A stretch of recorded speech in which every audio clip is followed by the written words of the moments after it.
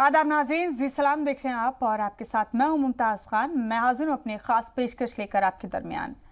उत्तर प्रदेश में असेंबली इंतखाब के ऐलान के कुछ माह पहले लाई गई आबादी पॉलिसी पर तनाज़ा तेज है। कल यानी इतवार को छुट्टी के दिन लखनऊ में सीएम योगी आदित्यनाथ ने यूपी पॉपुलेशन पॉलिसी 2021-2030 का ऐलान किया। योगी आदित्यनाथ ने पॉपुलेशन पॉलिसी का ऐलान करते हुए कहा कि बढ़ती आबादी तरक्की में रुकावट है, इसीलिए फर्टिलिटी रेट कम होना जरूरी है। लेकिन पॉलिसी के ऐलान के साथ ही अपोजिशन ने हुकूमत की नीयत पर सवाल उठाना शुरू कर दिया। बहुजन समाज पार्टी ने सवाल उठाया कि आखिर इंतखाब के वक्त ये कानून क्यों लाया जा रहा है। दूसरी जानिब समाजवादी पार्टी के लीडर अपनी दलील दे रहे हैं। शफीकुर रहमान बर्क ने कहा कि बच्चों को पैदा होने से कौन रोक सकता है, और एसटी हसन की दलील है कि इससे हिंदुस्तान की आबादी आने वाले दिनों में बूढ़ी हो जाएगी।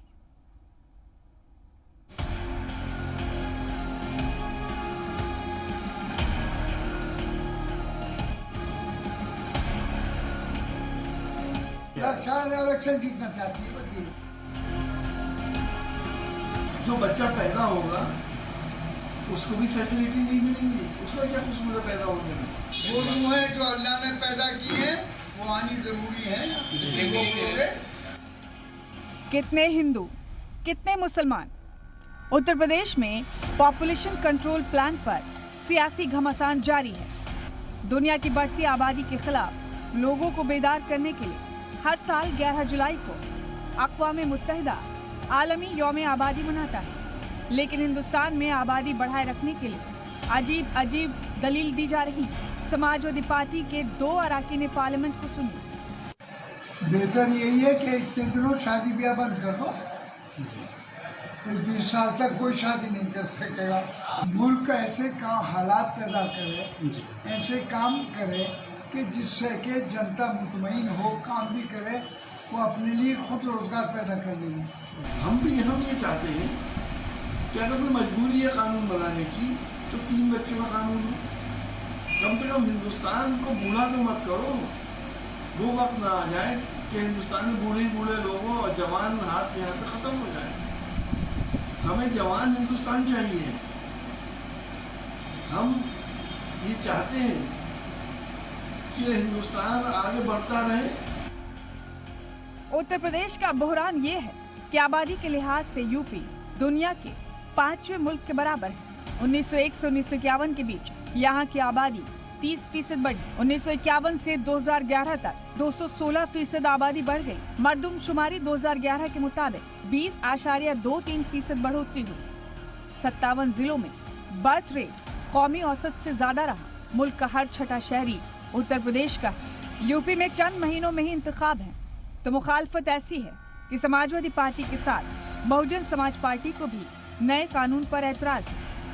उत्तर प्रदेश के चुनाव में ये फिर से विभेद पैदा करना चाहते हैं।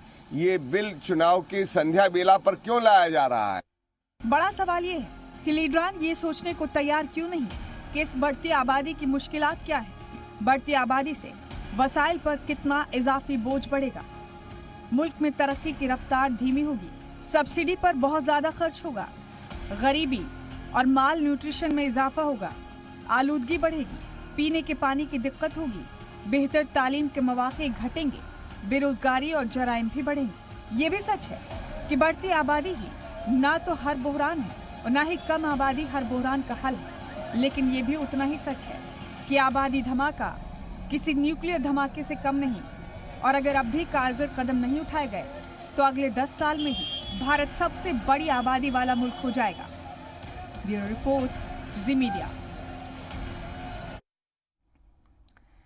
तो आबादी पॉलिसी तो लागू कर दी सीएम योगी ने, और इस बीच पॉपुलेशन कंट्रोल बिल का ड्राफ्ट भी तैयार है। इसे लेकर नया तनाज़ा शुरू हो गया है। अब नई बहस शुरू हो गई है, और इस बहस के दौरान तरह तरह की दलाइल दी जा रही हैं कि आखिरकार पॉपुलेशन बिल लाने की ज़रूरत क्या थी, क्यों थी, और इस सब को लाकर क्या सियासी तौर पर कोई मफाद साधने की कोशिश की जा रही है।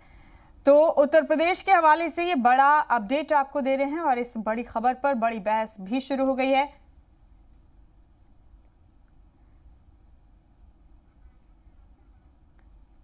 आबादी को लेकर उत्तर प्रदेश में नई पॉलिसी नाफिज की गई है, और आपको ये भी बता दें कि आबादी कंट्रोल बिल का ड्राफ्ट भी तैयार हो गया है, जिसे स्टेट लॉ कमीशन ने अपनी वेबसाइट पर अपलोड भी कर दिया है। यूपी आबादी पॉलिसी 2021 के मुताबिक महफूज इस्कात अमल का निज़ाम देने की कोशिश की जाएगी। जच्चा बच्चा की मौत की शरह कम करने की कोशिश है।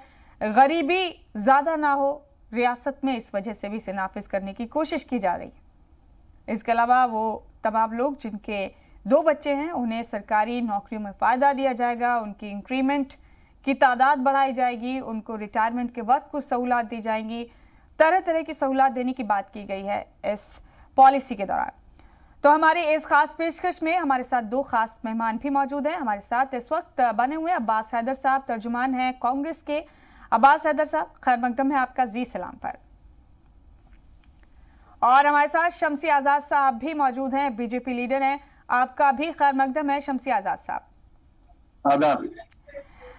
अब्बास हैदर साहब, आपको मालूम ही होगा उत्तर प्रदेश में पॉपुलेशन पॉलिसी को लेकर अब नई बहस, नया तनाज़ा एक तरह से शुरू हुआ है। दिक्कतें क्या है इससे अगर ये नाफिज होता है? देखिए, भारतीय जनता पार्टी सिर्फ हेडलाइंस मैनेजमेंट का काम करती है। आज की हमारी डिमांड ये थी कि अगर ऐसा कोई आप इसके लिए सीरियस थे, एक महत्वपूर्ण इशू है, तो इसको लेकर के आप असेंबली में आप लाते बिल, असेंबली में बिल पास होता, उस पर डिस्कशन होता, जो भी होता असेंबली में फैसला होता। इसको सिर्फ हेडलाइन दे करके एक ये पब्लिक डोमेन में इशू बनाना और लोगों को बांटने का काम करना, ऐसे वक्त में जब महिलाओं का चीरहरण हो रहा है उत्तर प्रदेश में, जब आपकी सरकार गुंडा राज कर रही है, जब आपकी सरकार लोगों को डेमोक्रेटिक राइट छीन रही है, ऐसे मौके पे आप सिर्फ ध्यान भटकाने का काम कर रहे हैं। मेरा सिर्फ यही कहना है।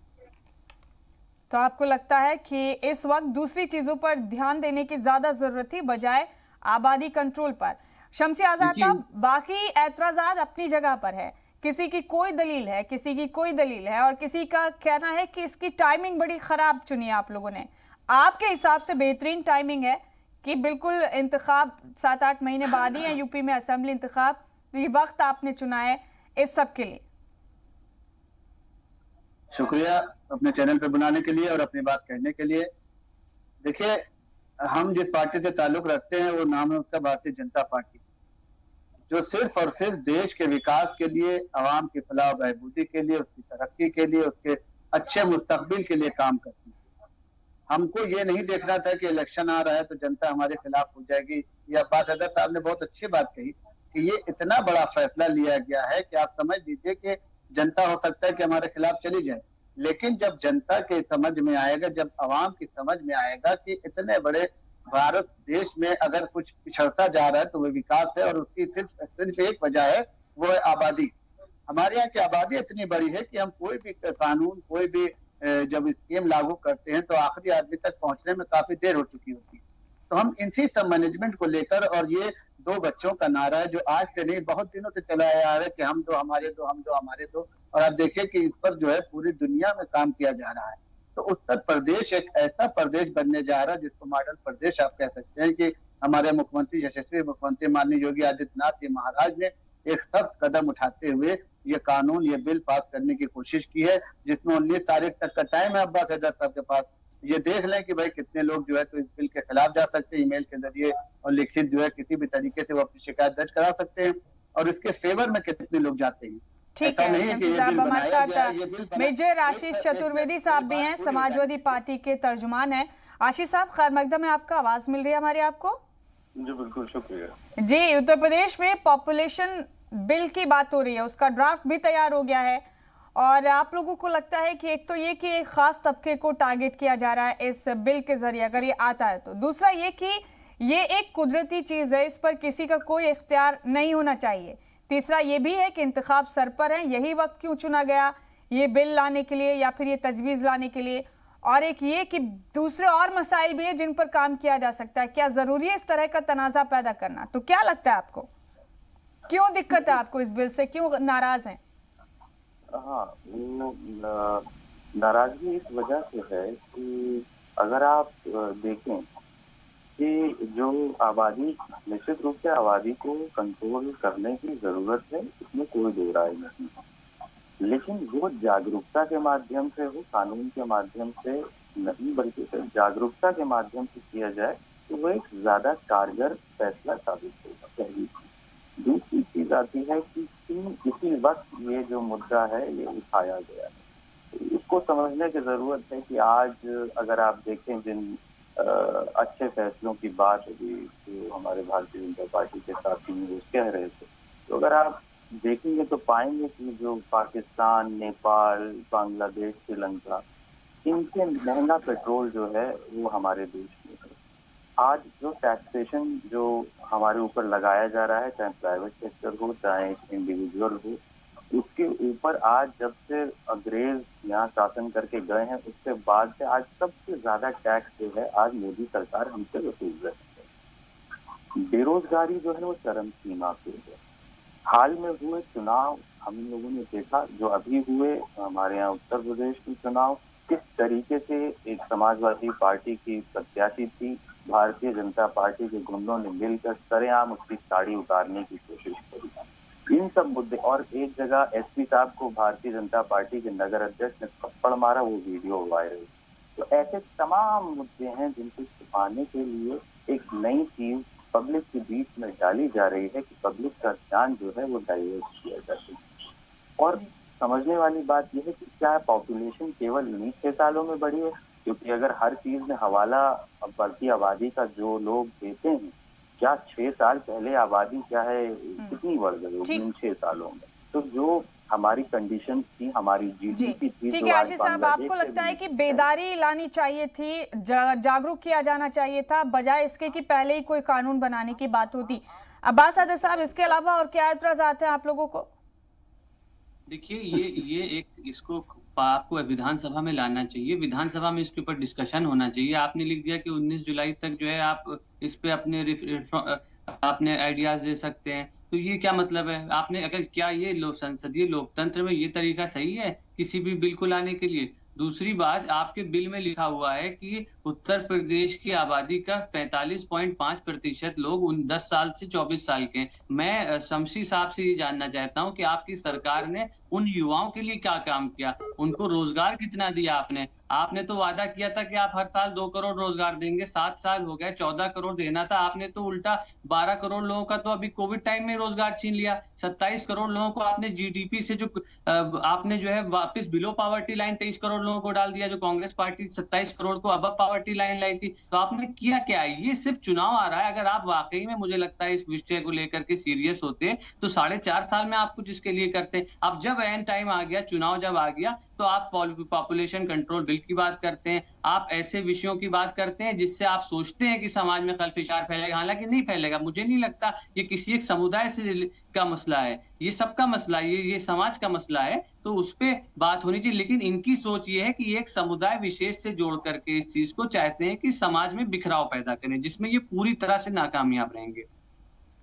जी, तो हमारी ये गुफ्तगू मुसलसल जारी है। आबादी की पॉलिसी पर तनाज़ा हो गया है, तरह तरह से बहस और मुबाहिसा भी हो रहा है, और इस पूरे मामले में जितनी भी राय हैं वो बहुत मुख्तलिफ सी आ रही हैं, तरह तरह से लोग अपने इजहार राय कर रहे हैं। शमसी आज़ाद साहब, लेकिन इतने सारे लोगों में से अपोजिशन में जितने भी लोग हैं, किसी ने भी इस बिल का फेवर नहीं किया है।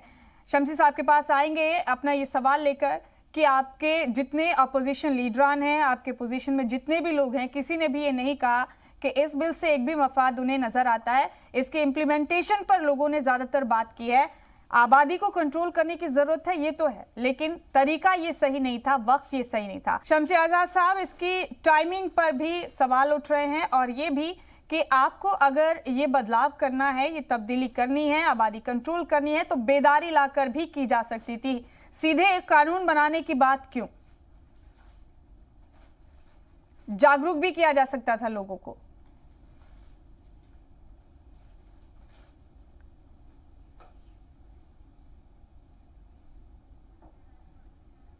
शमसी आज़ाद साहब, आपकी आवाज़ नहीं आ रही हमारे पास। आशीष चतुर्वेदी जी, आपने ये सवाल रखा था, अभी शमसी आज़ाद साहब हमारे राब्ते में हैं, लेकिन उनकी आवाज़ हम तक और हमारे नाज़रीन तक नहीं जा रही। लेकिन जितने एतराज़ात आपने किए हैं, जो वक्त को लेकर आपने बात की है, अगर इन पर रिव्यू किया जाए, इन पर नजर सानी की जाए, तब क्या आप इस बिल के हक में होंगे, इसकी हिमायत करेंगे?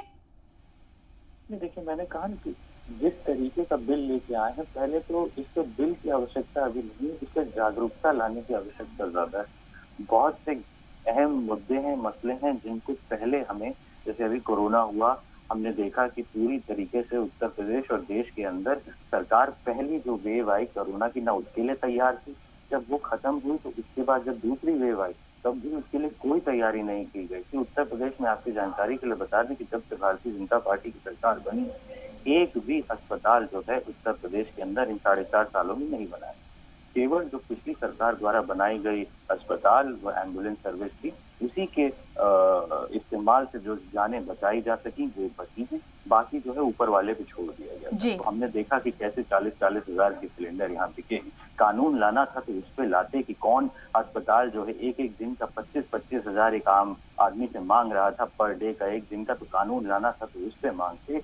ये जो ये लेके आए, जैसा मैंने आपको पहले भी कहा, केवल मुद्दों से भटकाने के लिए अभी योगी और मोदी जी आपस में एक दूसरे की ना फोटो जो है वो हटवा रहे हैं, ऑफिसों से हट रही हैं। योगी जी ने मोदी जी की, चलिए देखते हैं। अभी तो शुरुआत हुई है इस पॉलिसी के आने के बाद, फिर ड्राफ्ट भी तैयार है, इस बिल का भी ड्राफ्ट तैयार है। आने वाले वक्त में कुछ कहा नहीं जा सकता कि इसे कानून भी बना दिया जाए, लेकिन एक बड़ी बहस को पैदा कर दिया है इस पॉलिसी ने, इस तस्करे ने।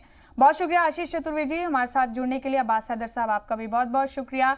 आप तमाम मेहमान का, शमसी आज़ाद साहब बहुत शुक्रिया, आप जुड़े हमारे साथ, इस तफसीली गुफ्तगू में आप शामिल। इसी के साथ हमारे इस बुलेटिन में बस इतना ही, दीजिए इजाज़त।